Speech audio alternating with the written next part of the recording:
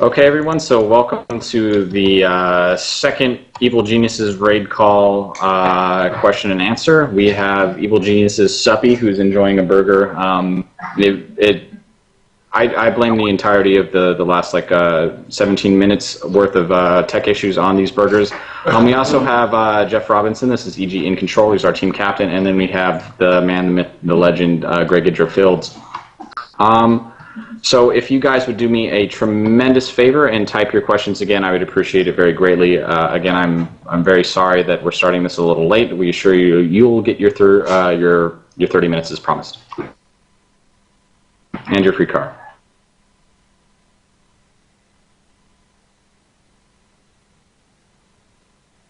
Okay, actually, this is a really interesting question. This is from IdrA's #1 fan, and it was directed at Greg specifically, but I think this would be appropriate for everyone. And he wanted to know what your parents' opinions were when you decided that you wanted to dedicate yourself to being a pro gamer. Were they upset? Were they frustrated? Were they supportive? We'll start with Greg, then we'll go to Jeff, and then we'll go to Suppy. My dad thought it was a terrible, awful, horrible idea. He still kind of does. He's more okay with it now that I'm supporting myself. And it's like we turned out reasonably successful. But he still doesn't like it just because it's kind of non-standard and not really what you're supposed to do in his opinion.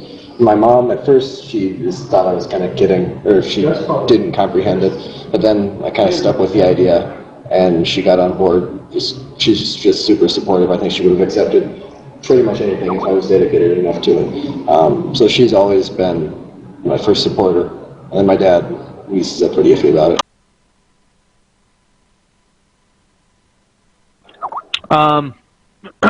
For me, I never took the turn and was like, "Now I'm a pro gamer." It just kind of gradually happened. And it happened mostly when I was in college, anyways, kind of making choices for myself.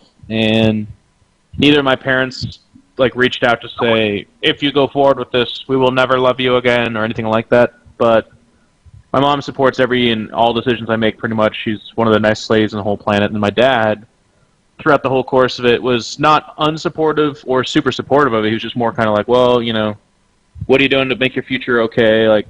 Graduate from college, and does it earn you enough money? Are you happy? That's just, he was interested in it and supportive in the sense that as far as once it became pretty sustainable for me to be a pro gamer, he was, I don't know, it was more of a novelty thing for them. They were interested in it and entertained by it more than anything.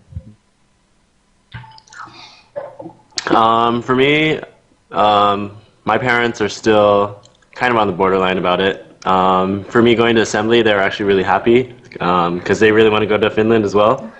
So they're a little bit jealous, actually. They're like, "Oh man, you're going to Finland before us." But why do your parents want to go to Finland? Excellent question. Yeah, he doesn't have an answer. You just lied, didn't you, Suppy? No, Cody was pressing down the push to talk button, man. Yeah, okay. There's cool stuff to do in Finland, dude. There's saunas. Your parents wanted to travel from America to Finland because of saunas? Who wouldn't, It's hard man? to find hot rooms with steam. Who wouldn't want to go to a sauna? Cody, Conan, are your parents are they rich philanthropists that travel the world doing things just purely because it's fun for them, or? I don't know.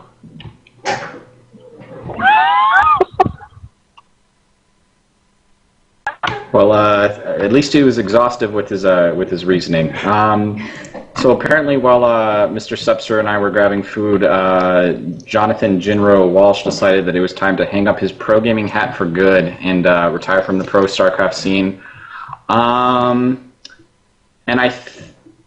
And correct me if I'm mistaken, he actually might be the first really big profile player to retire from StarCraft 2. I wanted to get everyone's thoughts on this and whether they thought this is sort of indicative of things to come. Are we going to see a lot of the pro gamers we started StarCraft 2 with sort of fall off and decide that they're finished and they're going to move on? We'll start with Greg, we'll go to Jeff, and then we'll go to Suppy again. Well, a ton of players already have either become irrelevant or actually retired or moved on to other things within gaming. But just usually you don't get a big news post about it because they weren't as high profile as Jinro, or they're not on a team like with Liquid that just promotes their players and makes sure that everyone knows what's going on. They don't have the fan base that requires a big announcement when they retire. So he's not the first, but maybe the first that we actually get a big discussion about, because he's the first saying that he's retiring as it happens. And yeah, he said in the article he wasn't enjoying playing anymore. He wasn't getting the results to justify playing purely as a job or as a thing he does for money. And given those circumstances, it makes perfect sense to retire. I mean, if you're not happy doing what you're doing, and it's not really setting you up for the future anyway, why keep doing it? So it's good for him, I think. Yeah, I mean, I've known Jinro for a long time, and he played Brood War. He kind of talked about this. He played Brood War on a Korean team, but he was mostly just a passion guy. He never made money, never really traveled. Wasn't doing it to necessarily become a pro gamer. He just kind of is something he was pretty good at, and something that he really liked to do to kind of not necessarily pass the time, but it was his competitive outlet. StarCraft 2, it felt like kind of just fell on him, like he took advantage of a new game opportunity, and from there enjoyed a lot of success very early on. And I think that's what kind of kept him going for a while, but I don't think he ever had the passion. I mean, he's come out and said he didn't have the passion for StarCraft 2 that he ever did for Brood War, so it was always kind of a question of, will he make enough money, will he be in the limelight enough to kind of almost falsely keep that motivation going, because you just, want... And once that fell off, he was left, as Greg said, in a scenario where he's not really setting up for the future and he doesn't really care what he's doing, so why keep doing it? I like the way Team Liquid handled it. I like the article, and I like Jinro a lot. I think I like the words that he kind of had to share, and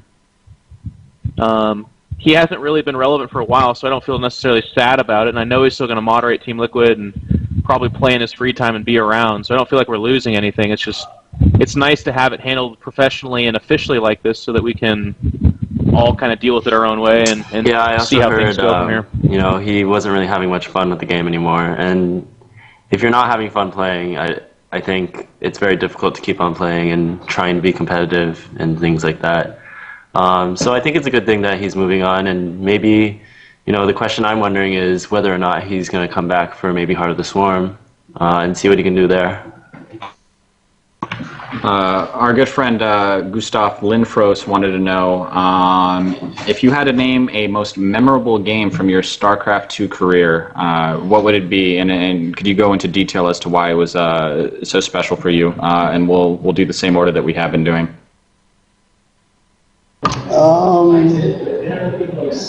It's hard to say. The game versus MVP on Steps of War in GSL Season 3 or 4, I think, was pretty ridiculous, just because that was back when MVP was already starting to get known. He hadn't won GSL yet, but he was getting known as, if not the best Terran player, the best TVZ player. He had something like a 27-0 streak for a Zeragon ladder going into the match or something. And then, in theory, back then, Blistering Sands was the good ZVT map, and I lost on that in the first game, and then we played on Steps of War, which was literally impossible. Like, literally impossible. I broke the laws of the universe winning this match. Literally impossible to win on ZVT. And he even gets the 2-bunker block up on my ramp in the early game, and then I go on to beat him in a pretty good match with him anyway. So, I mean, obviously that pales in comparison to the later games, just in terms of quality and skill level and whatnot, but to win that was pretty cool, given those circumstances. And then moves to proxy 2 racks, plus positions on the Metropolis next game. That was cool.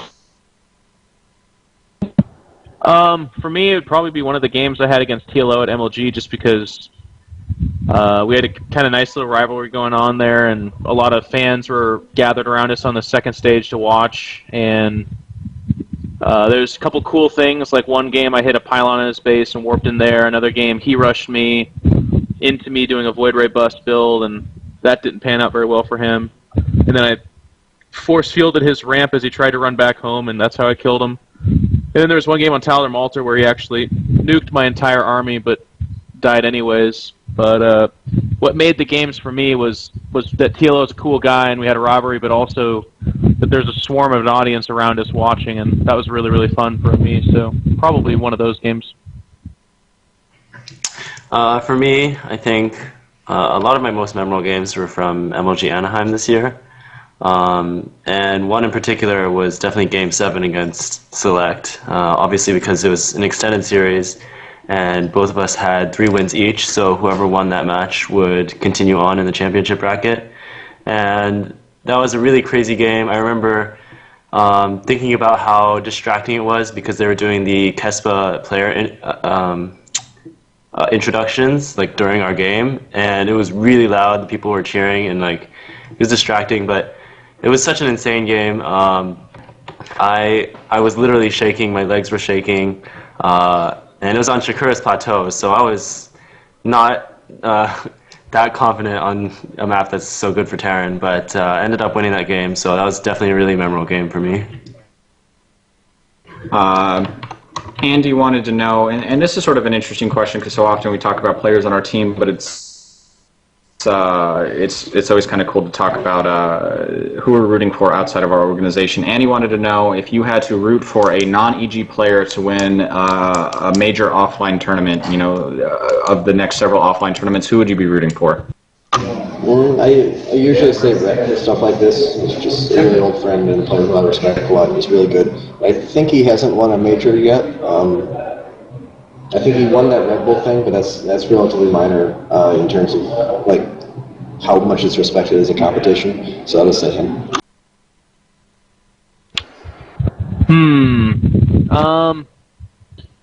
I'm kind of I don't know. I guess one of the guys who I think works really hard and has actually just flat out had some bad luck is like Axlav. He, a lot of people are pretty critical about EG letting him go, and they can have their opinion about it. But the bottom line is he wasn't really a good fit for us, just because at the time, especially at the time, he wasn't much of a guy interested in doing additional things to playing StarCraft, which is part of how we justify our salaries and our position and what we do. Of course, that would later go on to be something that he's definitely willing to do. But regardless of what he's willing to do with that, he's one of the most kind, hardworking, and honest people you'll ever come into contact with in esports. He's actually, I don't think he's capable of lying. I don't think he's ever said something that he didn't actually literally mean at that time. And right after he leaves our team, he then goes on to join a house that then closes like a week later, and that was heartbreaking because the last thing any of us wanted him to do is to leave our team and then like have bad luck and bad times with stuff like that. But that's exactly what happened. So it'd be really cool if he would go on and win a big tournament. I think that'd be awesome. Yeah, Axlav is actually definitely a player I'm rooting for as well. But I think maybe the player I'm most looking forward to in the future, 2 of them actually, I'd say Dignitas's Johnny Recco, and Western Wolves, sort of. Those people are both really, really cool. I met them at Assembly just a few days ago, and I had known sort of online before, but both of them I think have been playing really amazingly lately, and it was a really fun time hanging out with them, so definitely rooting for them to do well in the future. And if I may, I'd like to echo Jeff's sentiments. Axlav Nikronish is like one of my best friends, and if you ever get the chance to talk to him about the game, it's very evident that this guy is someone who knows what he's talking about, and he's extremely helpful. He's a very diligent, hardworking young guy. So I'd like to echo Jeff's sentiments there.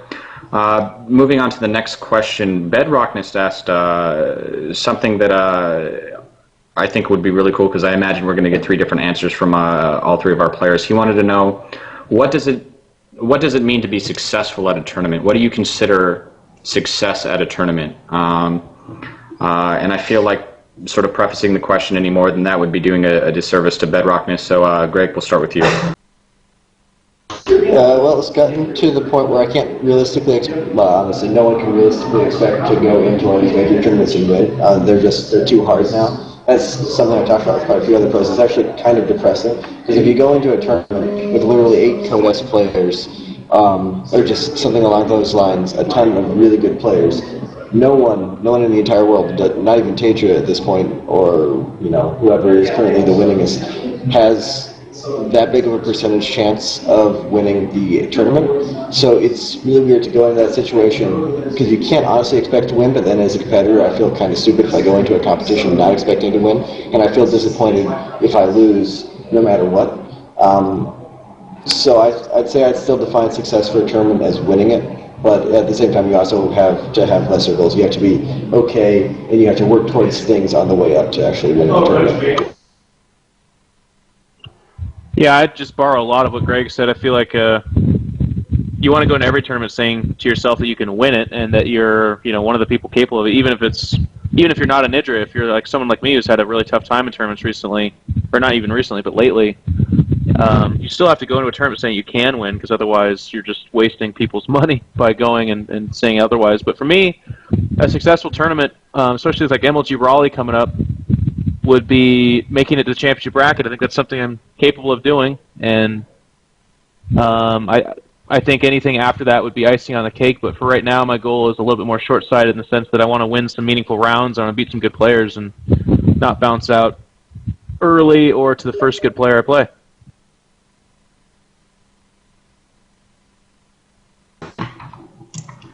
I mean, definitely you always want to be looking at, placing really high in a tournament as a marker of success.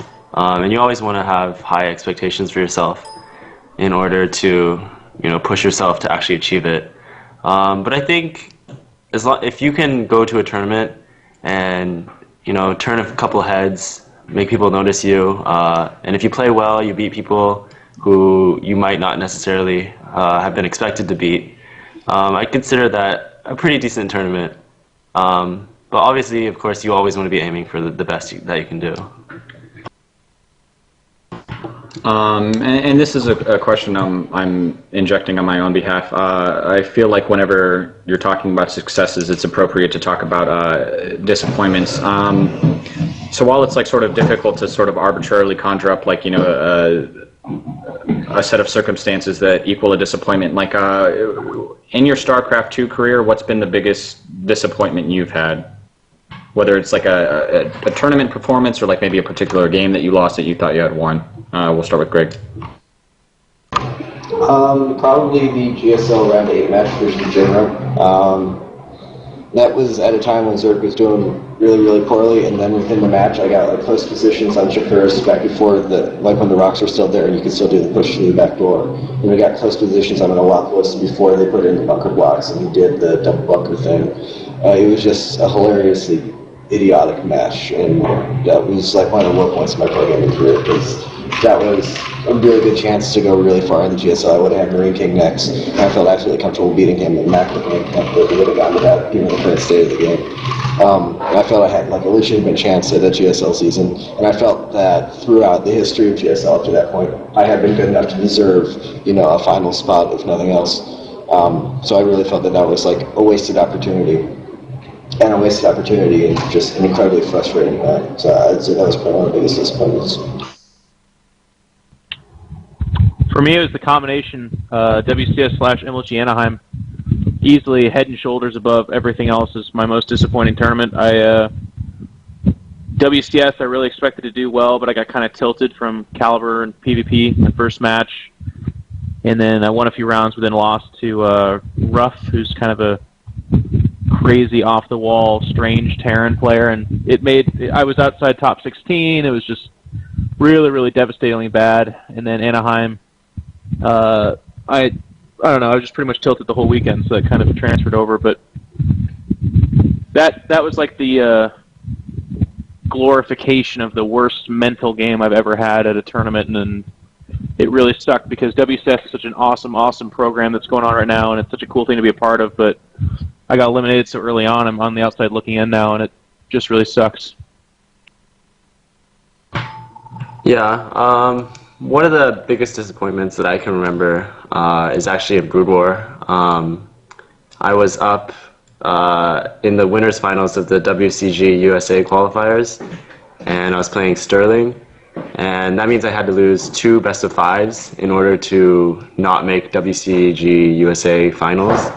So I ended up losing the first finals 2-3, or the first best of 5 2-3, and then the very next finals I also lost 2-3. And the last game was really, really disappointing because I actually had that game won, and I accidentally move clicked all my army across Blue Storm and lost like everything, and then he just attacked me and killed me. So that was really sad. For StarCraft 2, I'd have to say probably just my recent games against Hero. I don't know if you guys saw him, but I really, really thought I could take him. I think I played pretty poorly in games 1 and 5 though. In game 4, I made a scouting error, but I really thought I could beat him. My ZVP is my most confident matchup as well, late game. And so I was happy that I was able to make it an exciting series, but I really, really wished, or I really just hoped I could have taken it. So I was pretty sad after losing that. A gentleman named Hayden in the chat wanted to know a little bit about your training schedules, and he was curious as to how you figured out what worked best for you, and then if I could throw on a little bit of razzle-dazzle to the end of that question, what do you think is the best part of your training regimen, and what do you think you could work on in your training regimen? Mine is very unthought out. I've always been just kind of brute force, play a ton, and keep playing. And for StarCraft 1, that worked really, really well because everything was so mechanical.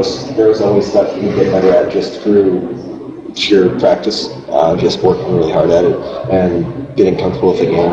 It worked really well. For StarCraft 2, it's more important to have experience with like different situations and like to think about the game more so than to play it a lot. So I probably should kind of focus on that more.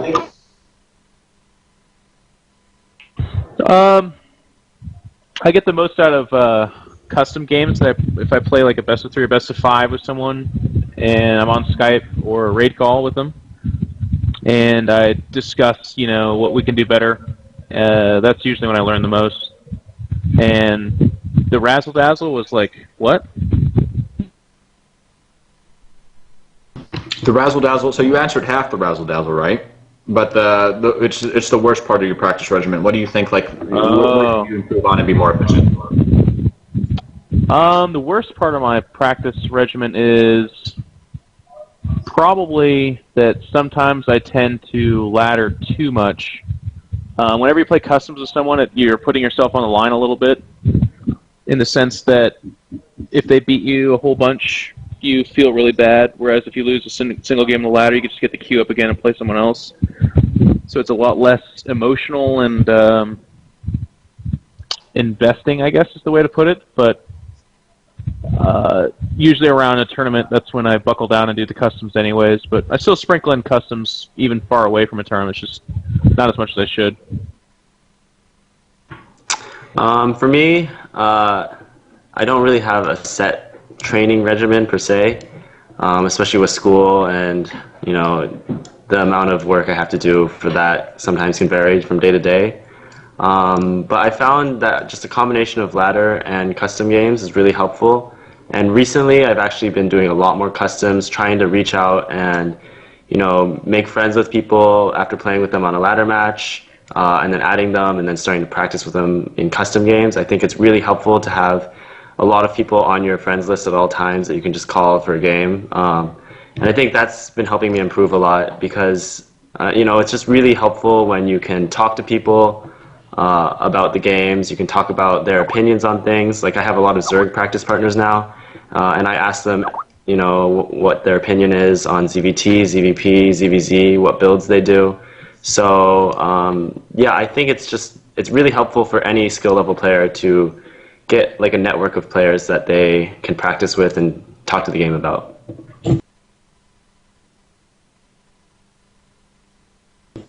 So we're going to be heading into the last question of the evening, and this one came to me via Twitter. And I was asked, when was the last time what was the last moment that really sticks out to you that StarCraft 2 made you genuinely happy? It could be a personal win, or maybe it's a big, you saw a teammate succeed, or it's like something you saw in the community. And we got 6 minutes left, so I encourage you guys to take your time with this. I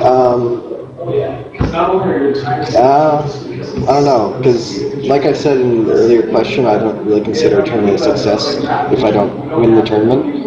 Like MLG Orlando, I've said that's one of my best runs ever and whatnot, but after losing to MC, I was so depressed I just kind of went off and stayed in my hotel room for the night. Like, I really take losses terribly, so if a tournament doesn't end without a loss, it's hard for me to really be happy about it. And the tournaments that I have won, like IEM and Aces, LGDC, they didn't at the time really feel like accomplishments to me relative to the level I wanted to be at. Like, IEM beating Puma was awesome, but then it was kind of overshadowed by just playing Alfie in the finals. It didn't feel like what I was capable of. Aces and MLGDC were four in their only tournaments.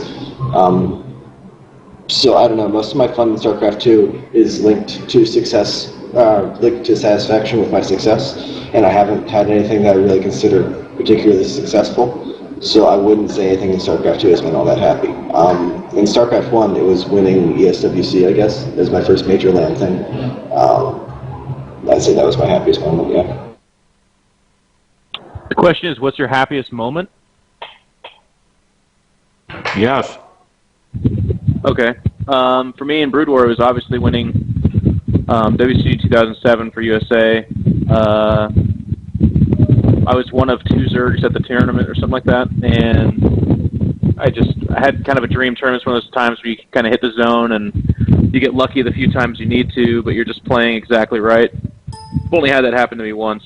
Pretty happy that I had it happen at all, though. I experienced a great ride because of it, and I think I can attribute like 99% of everything StarCraft related for me to that.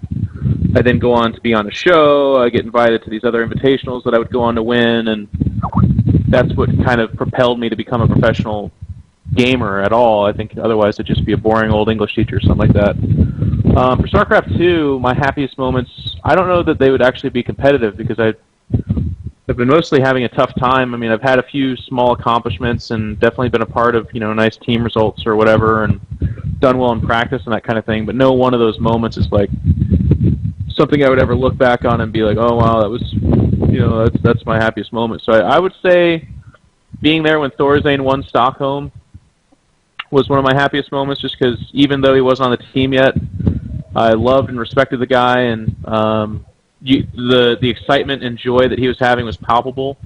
The excitement and joy the entire audience was having was palpable. I mean, everything about it was really magical, and even just being a host was actually enough for me to call that one of my happiest and most fond memories, just because you don't get to always see something like that and be a part of it. I mean, outside of that, I don't know, I'm living with my best friends and my fiance in a beautiful, wonderful house in Arizona, and I get to work on StarCraft all day, and that's my job. So it's not a moment in time, but I just consider myself very lucky to be doing what I'm doing, and it's all because of StarCraft and because of the fine folks that make that possible for me. I guess for me, I might have a little bit of difficulty answering this question, just because I feel like a lot of little things make me happy, but I can't really recall some times that are extremely, just like really, really memorable. Maybe MLG Anaheim, but I feel like this game, I'm able to have a lot of happy moments pretty much, like even when I'm just laddering, sometimes I just beat someone good and I get really excited. And I think, it's really good to, I mean, it's just, there's a lot, I don't know how to say this actually, but for example, when I was watching, my teammates play at Assembly, I was just really excited when they won. Same thing for Sort of. I was really rooting for him, and was really happy when I watched that. Just meeting people in StarCraft, I think, is something that makes me really happy. And getting to know people, making friends with people, I think it's something that's really rare, that, I get a chance to travel around the world, go to Europe, and meet all these really cool people. And that was definitely like a huge blast for me. I had a ton of fun at that event. I was really happy just to be able to go there. And also just, just being able to play this game and, I don't know. I just have a lot of times where I'm grateful that I'm able to play and have fun with this game. And I'd have to say the gameplay of this game is maybe not as fun as Brood War, but just all the little things, meeting people, playing with friends, beating people, So we're at the the CSL house in Berkeley. So there's a little bit of a laughter, a little bit of a couple of ha-has from the Peanut Gallery. So anyway, because we were criticized for wrapping up things early, we're going to do one quick off-topic question. Go and ask your non-StarCraft related questions here in the EG chat, and we'll do them. One last one. Make it so give it your all. Go. Someone just posted some code. We got favorite song, favorite ice cream. Okay, no, we got this. All right, easy peasy. Favorite place you've traveled to? That one's such a good question. You guys are all globetrotters. So favorite place you've traveled to? Oh, no way. Paris was awesome. That was mainly because of the food. I went to some nice restaurants. I really like food. It was really good. It was cool. I think Amsterdam is probably the favorite place I've been, and that was largely because that was just purely a vacation. There was no journey there. Me and the Muslim and Machine went and hung out with Rhett for a week there after one of the tournaments, and just had a really good time. It's an awesome, laid back, beautiful city. For me, it was Korea, and I've been a few times, but my favorite time was the first time I went for IESF. Was it IESF? ISF? Some Brood War tournament? IESF. Okay, it was that. And we actually didn't get to see Greg very much because Greg was in the Esther house at the time, so that was sad. Or maybe CJ. I think you're actually in CJ house. Yeah. And but Bryce, myself, and pretty much all the usual suspects from Brood War got to hang out with White Raw, Rec Rule, real old school name if anybody knows that. But Rec Rule treated us like a king. He got us these nice hotel rooms in a really expensive hotel just to show us the city. We went to all different kinds of food places. We smoked hookah in this place called the Rainbow Bar that was amazing and weird at the same time. I went to a booking club and experienced that, which is just so different from anything else you'd experience outside of Korea. And at the tournament itself, I had a good time. We did like bet games, and I made $200 or something ridiculous off of like $10 bet games there. And it was the first time I'd been introduced to Korea, and Korea for any StarCraft player is absolutely magical. And my fire and passion for Korea and StarCraft in general was really toked and burning there. It was just amazing. I really enjoyed, my family took a trip to New Zealand and Australia, and that was a really, really great trip. For the saunas, right? What? Yeah, we had a lot of fun times in the saunas. That was basically all we did. Also, the time we swam with dolphins in saunas in Cancun. We went to Mexico. That was also a lot of fun. I'd say the most fun I've ever had is probably in New Zealand and Australia, though. I really like those countries. They're really peaceful, and I probably will move there when I retire, when I'm like 70. You heard it first. Suppy's playing StarCraft until he's 70. Anyway, I'd really like to thank you guys for tuning in for another Evil Geniuses Raidcall Q&A. I'd like to personally apologize. I pushed the envelope quite a bit with our dinner schedule, so don't blame the Subster. Subster would never do his fans dirty like this. So anyway, keep your eyes peeled for more Evil Geniuses Raid Call Q&As. Check out our Twitter. You can find us at twitter.com/evilgeniuses. Thank you for supporting Evil Geniuses Raid Call. We appreciate it tremendously. And be sure to watch our streams. I'm sure some of us will be streaming practice in a little bit. I hope you have a fantastic Monday night or Tuesday morning, depending on what side of the globe you're on. Thanks. See you.